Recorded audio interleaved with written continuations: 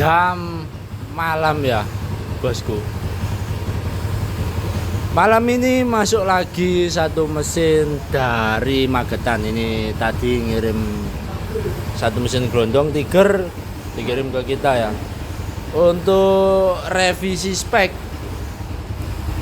Untuk spek yang lama ini crankcase-nya sudah lubang 76, boringnya 75,5 lah. Ini nanti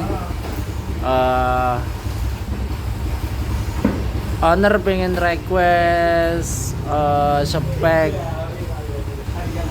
harian touring made in TRT Project Surabaya ya. Jadi ini untuk nanti, ini tadi sebagian spare part yang nggak kepake sudah kita kasihkan ke owner ya, makanya ini tinggal ini saja. Jol juga bloknya nang kono Jol. Bloknya kok. Sudah dibawa pulang karena datang tadi dengan kondisi banyak spare part yang nggak perlu dipakai atau nggak masuk akal untuk spare part. Untuk rumah kampas tadi bawaannya dibawakan per 6 karena beliau katanya Mas terlalu keras dipakai harian, nggak enak. Iya, karena kebutuhan beliau ini kerjanya di wilayah Sidoarjo, wilayah Ayani ke selatan, tahu sendiri kalau jam kerja lagi macet gimana rasanya. Kopling keras enak, senam jari kalau pakai per yang keras nampir. Itu sebabnya kenapa di kita harian touring rata-rata pernya standar Tiger cuman pakai 4 pir. Kampasnya saja yang dibobot pakai 6 lembar. Rumah kampasnya nanti dibobot. Lanjut ke bagian crankcase, lubangnya sudah 76, sudah digeser jalur oli, sudah benar, jadi kita tidak revisi untuk bagian ini. Akan tetapi sebenarnya ini kalau geser crankcase, kalau bisa ini ditutup sampai sini. Nah, nanti jalur oli biar aman. Kalau seperti ini ya resiko sebenarnya. Resikonya apa Mas? Kalau ini nanti digeser agak dipertebal seperti ini, di packing crankcase ya, di packing crankcase dia itu dapat napaknya banyak setebal ini nanti jadinya. Kalau jalur oli yang di sini digeser mundur sedikit. Nah, kalau seperti ini jatuhnya tipis. Ibaratnya packing itu kayak dijepit, lama-kelamaan takutnya sobek, ibarat kayak digunting gitu ya. Jadi kenapa kita yang lubang, meskipun cuma lubangnya 75,5 ini kita tutup ya, itu alasannya. Takutnya kalau ada kebocoran oli di sini ya, nanti minusnya apa? Kegagalan jalur oli, bocor ke sini mengakibatkan bagian ratio tidak terlumasi oli.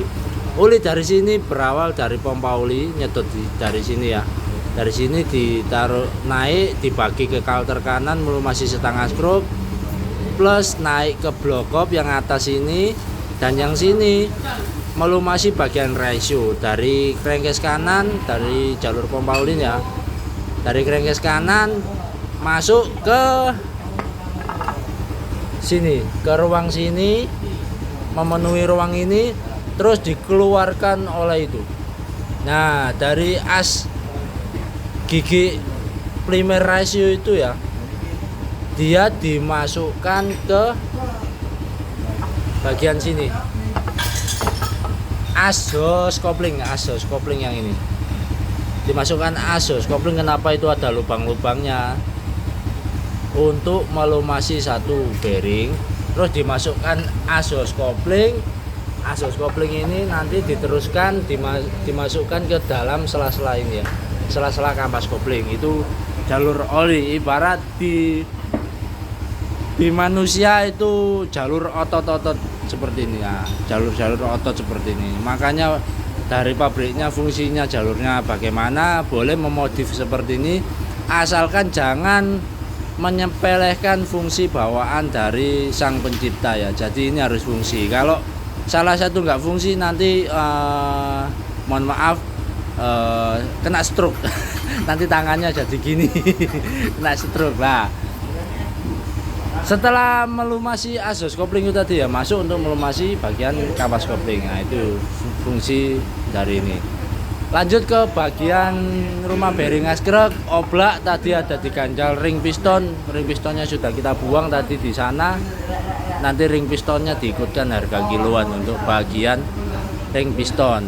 Rumah bearing askrek pasti kita sok. Nah, yang oblak ininya yang diganti, jangan bearingnya.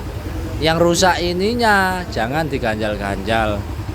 Mengatasi masalah tanpa masalah. Untuk keluhan owner 3 kali masuk bengkel sama-sama habis, lumayan nggak sembuh ya, demikianlah. Tanpa menjatuhkan merek lain. Lanjut ke bagian krek as.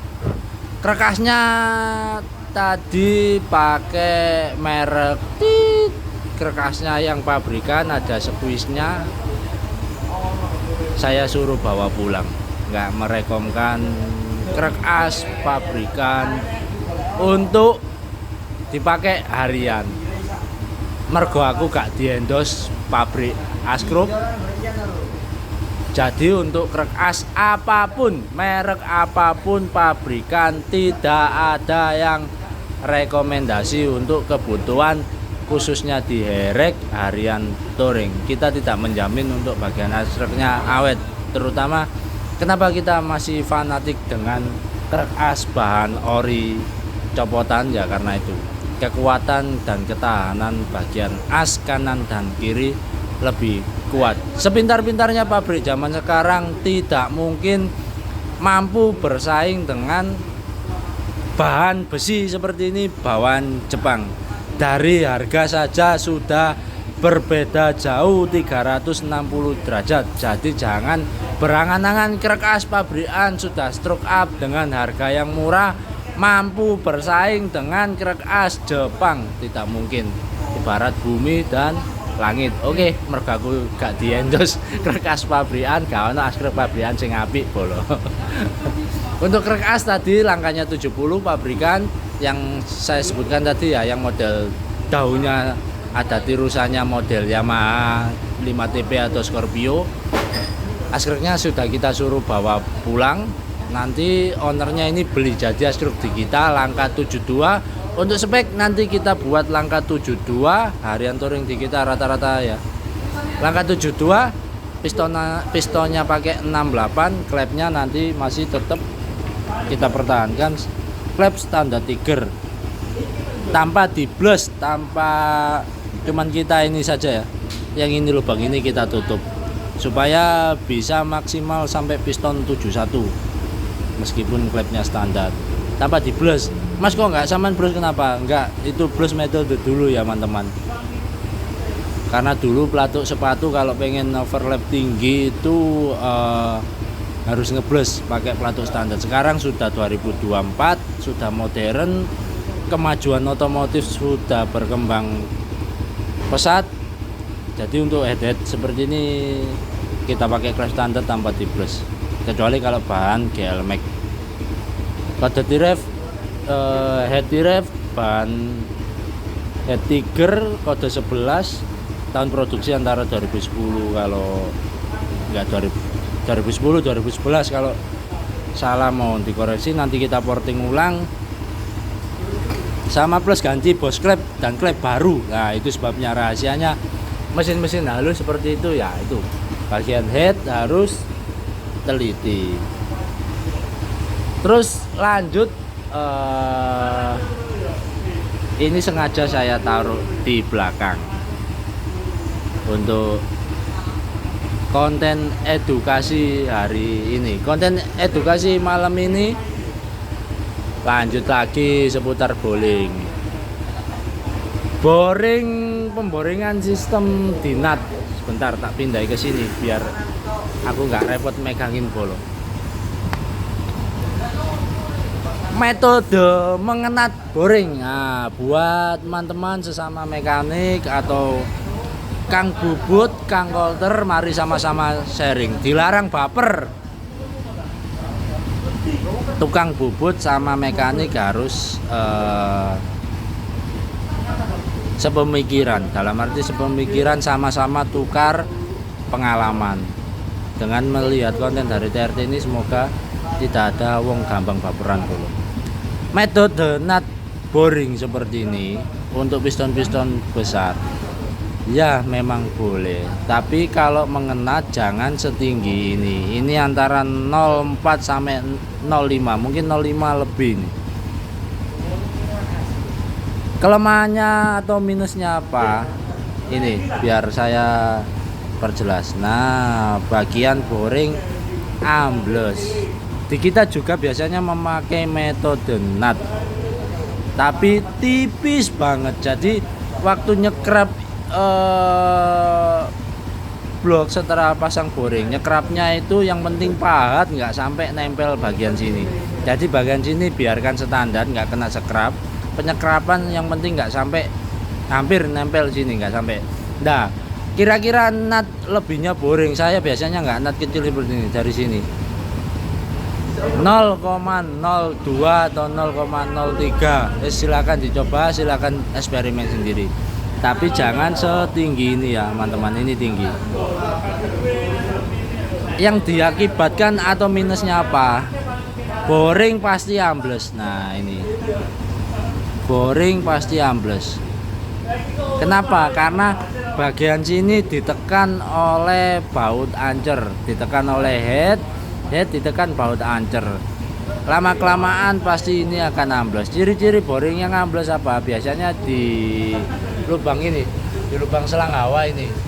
Biasanya di lubang selang hawa itu dia itu tendangan anginnya sangat besar atau kadang keluar asap putih ya. Itu bisa disebabkan dari kompresi nyebrang ke sini atau ke sana, ke sini atau ke sini.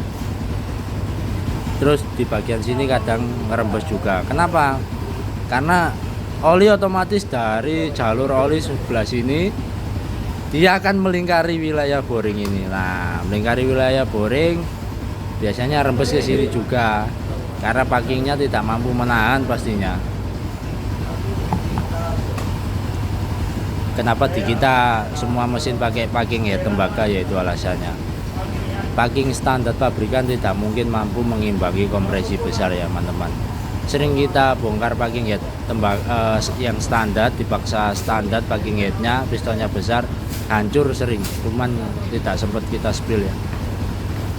Jadi untuk pelajaran hari ini atau saran dari kita ya, boleh pakai metode nut boring seperti ini, asalkan jangan terlalu tinggi seperti ini, jangan kecil seperti ini, full dari sini.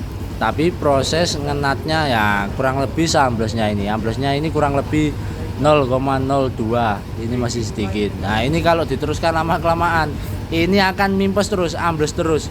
Ambles mengikuti datarnya ini. Datarnya permukaan blok. Jadi kesimpulannya kalau mengenat boring boleh, tapi jangan setinggi ini. Oke. Untuk revisi mesin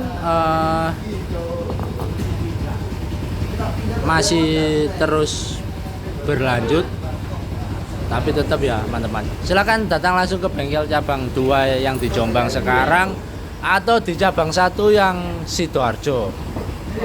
Nanti di cabang 1 yang mengerjakan adik kita ya, adik saya yang kalau di cabang 2 pasukannya ini, pasukan Lowo banyak yang mengerjakan. Info order atau minta Sherlock, order part kecil-kecil sudah kita redikan di Shopee kita TRT Project Surabaya. Order spare part besar-besar yang ribet silakan WA ke WA pribadi kita TRT Project Surabaya. Tidak ada admin ya. Untuk WA langsung kita sendiri yang atau saya sendiri yang megang. Untuk pengerjaan mesin kelas berat seperti ini silakan datang langsung ke bengkel. WA Mas Sherlock mau revisi mesin, gitu aja. Biaya revisi mesin berapa Mas? Saya sudah sering kali ingatkan ya, tidak bisa menotalkan kalau belum dibongkar. Meskipun kita pengerjaan seperti ini sudah terbiasa tiap hari, pegangan kita tiap hari, kita bukan dukun teman-teman. Baru ditanya, Mas rubah spek atau revisi mesin kendala seperti ini habis berapa? Nggak bisa jawab.